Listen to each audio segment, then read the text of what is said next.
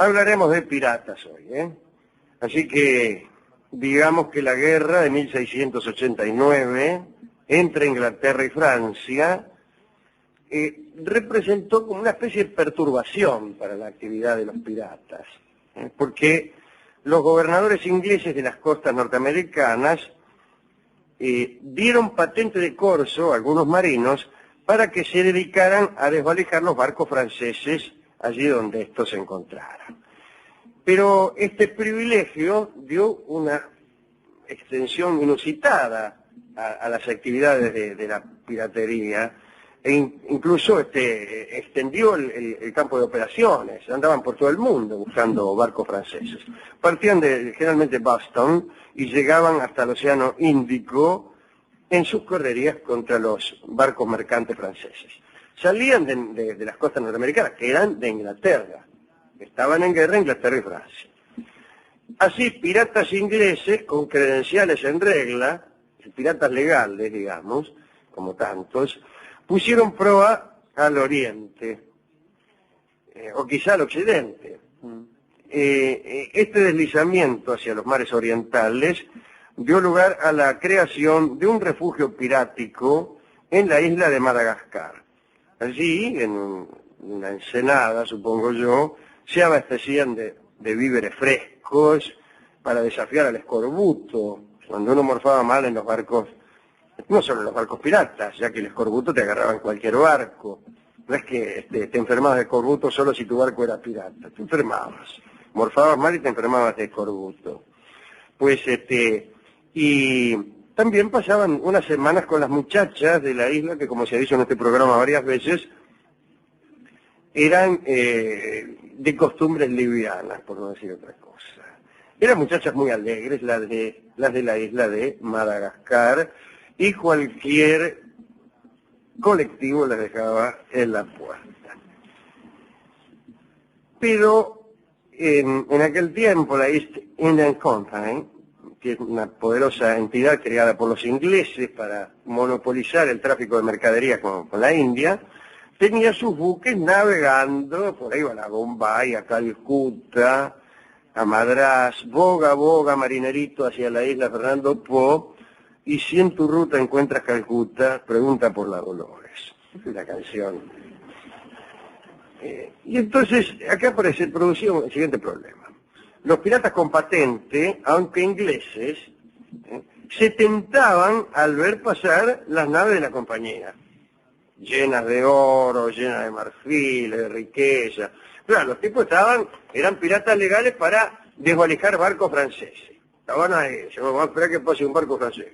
Yo me voy a llevar los de la East Indian Company. Pero dice, eso no lo podemos desvalijar. Y pasó una, dos, cocorocó. Y tanto va para la pirata, el pirata se tienta, no sabe cómo es el pirata. Entonces algunos se olvidaban de las cuestiones nacionales directamente, nada, de dónde sos, pasaba un barco, chao, que venís, somos piratas, adiós.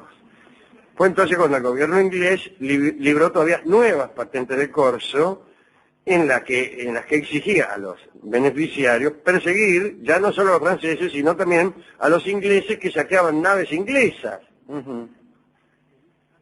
Es decir, habían habilitado piratas para desvalijar a los franceses, pero estos piratas empezaron a desvalijarlos a ellos. Entonces, habilitaron otros nuevos piratas contra los piratas que ellos mismos habían habilitado. Usted me dirá, sí, podrían producirse generaciones de patentes de corso, una tras otra, cada una destinada a impedir la acción de los anteriores. Bueno, qué sé yo, ¿qué quiere que le diga? Nada. Uno de los nombrados en esta segunda generación de corsos fue el capitán Kidd, y de él vamos a hablar, el capitán William Kidd. Había nacido en Greenock, que queda en Escocia, en el año 1645, y eran algunos datos, ¿no? Trabajaba de marinero, ¿de qué iba a trabajar? Capitanaba un barco que iba y venía desde Inglaterra a la Nueva York colonial. En el año 1695, William Kidd estaba en Inglaterra, y allí el conde de Beaumont era el supervisor de las actividades de los gobernadores americanos, que muchas veces hacían algunos negocios turbios con los piratas. Este noble había puesto una condición antes de aceptar ese cargo de supervisor, ¿no? Pidió que le pagaran un sueldo tan alto como para que no fuera sensible al soborno. Es decir, pidió que lo sobornaran. Entonces se hizo honrado a fuerza de ser rico. Yo no me creo mucho eso. A mí me dijo un tipo, dice, bueno, algunos dudan, me dijo uno una vez, no voy a decir quién es, algunas dudas de mi honestidad. ¿A usted le parece? Me dice, con toda la plata que yo tengo, yo sé. ¿Cuál es el límite? Pregunto. Mi respuesta fue, no lo sé. Pero, ¿cuál es el límite más allá del cual uno deja de afanar? ¿A dónde le sobreviene la honradez a un chorro? ¿A los 10 millones de pesos, a los 20, a los 100? No sé, es un riesgo. Es un riesgo, ¿sabes? Porque por ahí el tipo extiende el territorio de su delincuencia un día, porque resuelve extender el territorio de su delincuencia de 10 a 50 millones de dólares. Bueno, no sé qué habrá pasado con Belamont. El caso es que, enterado de estos asuntos, lo nombra a William Kidd corsario gubernamental para encargarse de aquellos piratas que, habiendo sido comisionados para desvalijar franceses, desvalijaban a cualquiera. Muy bien, le dieron a Kidd un barco llamado La Aventura, que tenía 30 cañones y una tripulación de 150 añatos. Y se hizo la mar el capitán Kidd en mayo de 1696. Parece que era un hombre muy elegante y muy refinado. Se vestía de gala para las maniobras y combates. Un momento, dice, no, todavía no disparen, que me voy a cambiar los calzoncillos. Llevaba guantes de cabritilla con vueltas de encaje de Flandes. Bueno, y andaba por ahí, fue para el lado de Madagascar, ahí donde los piratas descansaban, porque sabía que muchos de los piratas que él buscaba estaban allí. Pero no encontró nada. Y siguieron 3 meses de navegación y no capturó a nadie. Y la expedición se prolongó, y se prolongó demasiado, y se prolongó con consecuencias terribles, porque empezaron a escasear los víveres, y el estado de la tripulación era espantoso, los hombres se morían de distintas enfermedades, desastres. A todo esto permanentemente se cruzaban las naves de la East Indian Company, y aunque la tentación era muy grande, William Kidd se abstuvo de perpetrar saqueo alguno. Bueno, pasaban los días y la situación se tornaba insostenible. Muchos de los tripulantes sufrían delirios, alucinaciones, y entonces un día William Kidd decidió pasar a la acción. Y se afanó 3 o 4 barcos armenios, árabes, holandeses y portugueses. No tenía permiso para atacar esos barcos, solo tenía permiso para atacar ingleses que hubieran atacado antes otros barcos ingleses. Pero bueno, incluso muchos tenían mercaderías que decían para su graciosa majestad Guillermo III, el rey de Inglaterra, se la afanó igual. Y finalmente se enteró de que ya se sabía en Inglaterra sus andanzas y que su cabeza tenía precio, ya era un pirata. Y casi con resignación decidió comportarse de esa manera, como un pirata. Y bueno, ya somos piratas, ¿qué vamos a hacer? Entonces compró una bandera negra con las correspondientes tibias cruzadas bajo una calavera, etc. Empezaron a regir en el barco los usos comunes de la piratería, prohibidos los juegos de naipes y dados, las luces debían ser apagadas a las 8 de la noche, si un hombre quería beber más allá de esa hora tenía que hacerlo en la cubierta, al aire libre y en la oscuridad. Estaba prohibido llevar a bordo a las mujeres, el que lo hacía de contrabando era condenado a muerte, todas esas cosas. Estas noticias también llegaron a Inglaterra, es decir, que el capitán Kidd ya era un pirata hecho y derecho. Tiempo más tarde, Kidd dio caza a un barco holandés, y ya como sabía que era pirata, resolvió incluso exagerar, sobreactuar esta condición de pirata, y se le ocurrió colgar al capitán del barco el palo mayor. Después ordenó a los tripulantes apresados que se presentaran frente a él uno por uno, los interrogó, y como no entendía el idioma, los condenó a muerte a todos. Como es clásico, se puso un tablón, como una especie de trampolín que daba al mar, y los hizo saltar a todos por la planchada. En ese momento, el cañonero mayor de Kidd, de nombre Moore, levantó la voz y se quejó por la muerte de esos hombres, y el capitán Kidd agarró un balde que tenía por ahí, se lo rompió en la cabeza, de modo tal que lo mató, le partió el cráneo a Moore. Desde aquel día, William Kidd se volvió loco completamente. Ya no la culpa por el capitán holandés y los tripulantes era lo que lo obsesionaba, sino aquel hombre que había matado de un baldazo. Disculpe, doctor, que yo le haga esta consulta. Cada vez que oía hablar de un balde, le agarraba un ataque de locura al capitán Kidd. No le podía mostrar un balde porque empezaba a ir a los saltos y a los tiros, ¿no? En una ocasión estaba descansando en su litera y como tenía calor llamó a un marinero para que le trajese agua para lavarse, y el hombre naturalmente le trajo el agua en un balde en que se la va a traer. Y Kidd lo miró con los ojos desorbitados y lo corrió para matarlo. Al final se salvó el tripulante, pero lo desembarcó en un islote y lo dejó solo, con un fusil, una botella de pólvora y un balde con agua. Y se fue. En abril de 1699, William Kidd decidió viajar a América para hacer una defensa legal de su caso. Y marchó a Boston e intentó ver al conde de Bellamont, aquel que lo había nombrado. En realidad formaba parte de su bagaje de locura, porque era seguro que lo iban a colgar al tipo. Sin embargo, se presentó, defendió su causa, y lo mandaron detenido a Inglaterra. Y en mayo de 1701 compareció ante el Tribunal de Londres, él y 9 hombres más de su barco. Los cargos eran saqueo ilegal y homicidio, y lo condenaron a muerte. Ya.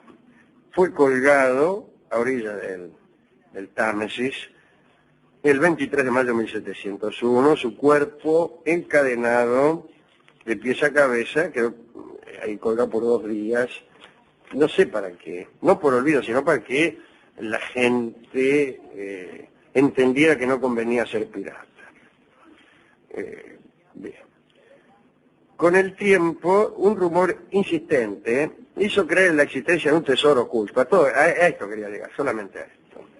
Enterrado por Kidd en el curso de su viaje a América. Y desde entonces cientos de ilusos y aventureros se empeñaron en seguir el itinerario del pirata ahorcado, excavando afanosamente por todo el mundo. Se han hecho hoyos en los 5 continentes, como ustedes saben, buscando el tesoro del capitán Kidd. Nosotros aquí en este programa vamos a hacer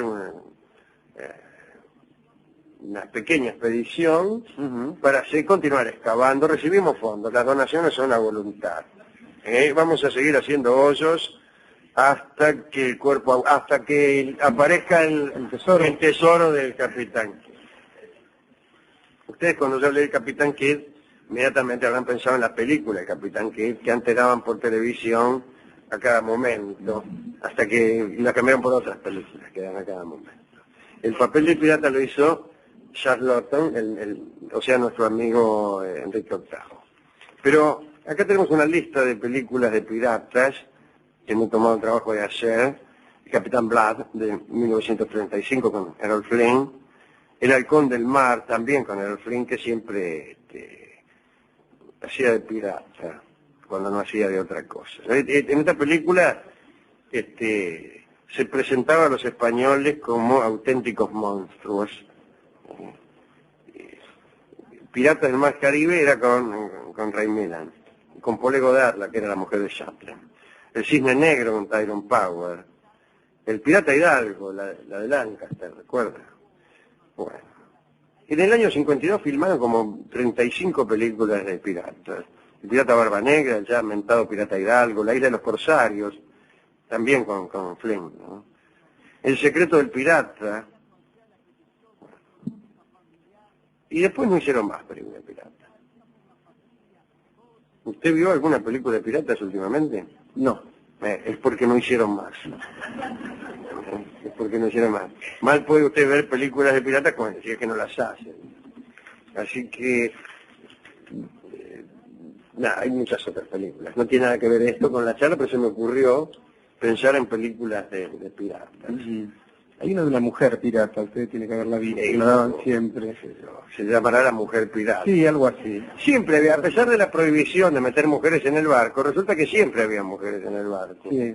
Porque tenía que trabajar alguna actriz, eran actrices muy escotadas, que estaban ahí entre la mugre del barco. Un barco pirata es una cosa inmunda, imagínense navegar ahí, el agua medio podrida, comiendo unas galletas, tasajos, no sé qué porquería, y unas bien empilchadas como para ir a la enramada. Sí. Con el maquillaje intacto ahí, linda arma y qué sé yo. ¿Qué tal? Y el Pirata Barba Negra, bueno. El Pirata Barba Negra, aquel se acuerda que en la barba tenía mechas. Mechas digo para encender los cañones. Tenía ardiendo en la barba una especie de pequeñas velas colgadas, unas candelas. Entonces con la barba prendía fuego a los cañones, a la mecha de los cañones. Pero no era malo por eso. No, claro. No le tenían miedo por eso. Cuidado que viene Barba Negra que prende los cañones con la barba. No, tenía miedo porque te afanaba, te mataba y te colgaba del palo mayor. Bueno, ¿a quién dedicar esto? A los piratas, a los bucaneros, aquellos que en Isla Tortuga o en el Caribe cazaban chanchos, comían a la bucana, repartían el botín y soñaban con una república de bucaneros en Centroamérica. Sueño que se ha cumplido en muchas partes del mundo.